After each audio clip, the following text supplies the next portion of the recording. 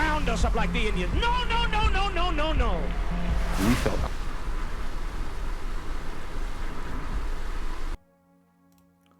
On November 18, 1978, the news spread around the world that a well-known Bay Area congressman investigating People's Temple had been shot. Furthermore, the cult's leader Jim Jones ordered the mass murder-suicide of hundreds of his loyal followers. As viewers gazed open-mouthed into horror, one question was foremost in their minds: how in a modern world could something like this happen? Many of the answers lay in the charismatic but deranged personality of the People's Temple founder and leader Jim Jones. Jim Jones was born on May 13, 1931. His family lived in a rundown home near railroad tracks in the town of Crete, Indiana.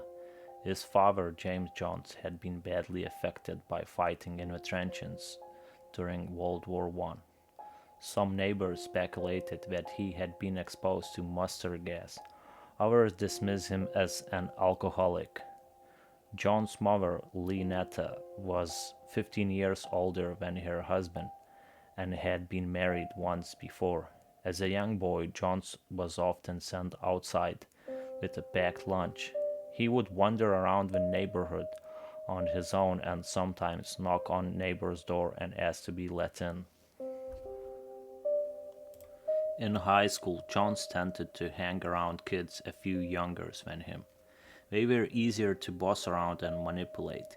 Even at a young age, influenced by the prevailing fundamentalist Protestantism in his community, Joyce always seemed to have a need to dominate and direct others. He would assemble a congregation of young people in his garage and preach sermons laced with hellfire and damnation. By the age of 16, Jones was working as a hospital porter and married to a student nurse 5 years older than him, whom he has met while working part-time as an orderly in Reid Memorial Hospital. They married in 1949. The young couple enrolled at Indiana University, where he studied education and she studied nursing. Ambitions to become doctor led him to briefly enrolled at Indiana University. At 21, Jones dropped out to become a student minister seeking converts for his Methodist church. However, his hectoring preaching style and strong views on civil rights made him an easy fit in this new church. He renounced the Methodists because the church refused to accommodate the black converts he brought them. In 1956, Jones finally founded a new platform for his evangelic impulses, founding People's Temple, an integrated church combining religion and socialistic politics. In Indianapolis, he drew large international crowds of mainly poor people who felt alienated by society. Jones conducted miracle healings and preached about civil rights and equality. His sermons combine elements of Leninism, Christianity, and Buddhism. John's followers hung on to his every word, and he was their messiah. His wife commented in 1977 interview in New York Times that Jim used religion to try to get people out of the opiate of religion. She recalled how he slammed a Bible on a table, yelling, "Marcy, I've got to destroy this paper idol."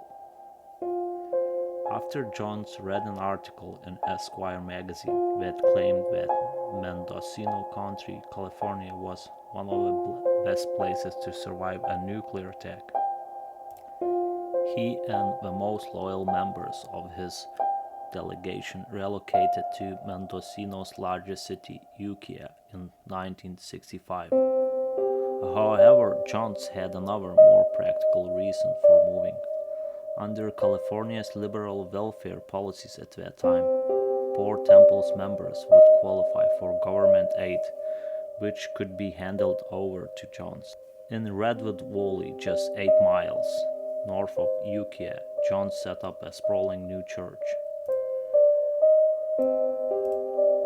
Jones was viewed as somewhat eccentric by local people in Redwood Valley, but he quickly gained a positive reputation. People's Temple accepted members from all backgrounds and races, and before long had grown from a ministry based on dubious faith healing to one involved in praiseworthy social and racial justice programs. Jones opened up a soup kitchen, nursing home, a clothing pantry, and also a service to help young people in poor neighborhoods. He even persuaded some theaters and restaurants to change their racially discriminatory practices.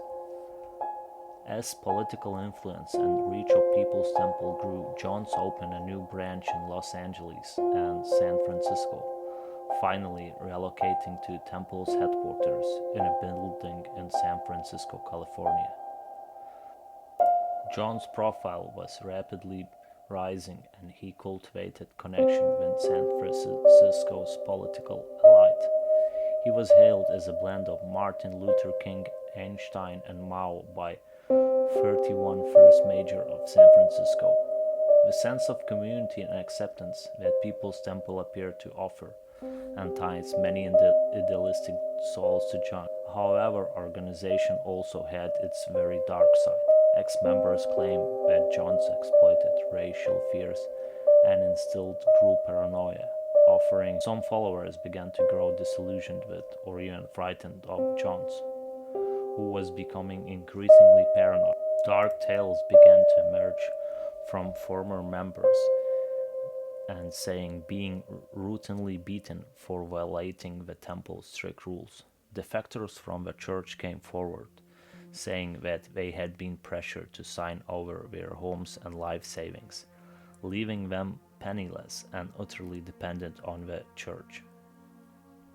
Even more disturbing tales came out that Jones ruled the most intimate aspects of followers' lives, demanding that some of them be celibate and assigning partners to others. To his most fanatical followers, Jones was their leader and maybe God. He was allowed to be intimate with whoever he pleased, regardless of gender. These rumors were soon picked up by local journalists. As Jones became increasingly afraid of defection, he urged his followers to spy on each other and report back if they discovered a member was thinking of leaving. His use of spies and informants, combined with his policy of breaking up families and encouraging extramarital relationships, left Temple members feeling as if they had only one loyalty, and only to Jones himself. In 1974, Jones signed a 25-year lease for 3,852 acres of land in Guyana jungle, near the Venezuelan border. He had for some time viewed the US as corrupt and evil and had convinced himself that the country was doomed. Jones was seeking to create his own socialist state, far away from the prying eyes of police, reporters, and politicians, all of whom he believed were persecuting him. Jones had visited Guyana in the 60s while working as a missionary in Belo Horizonte, and found the socialist regime sympathetic. A group of Temple members worked tirelessly in the humid Guyanese heat to develop a new agricultural camp to be named Jonestown.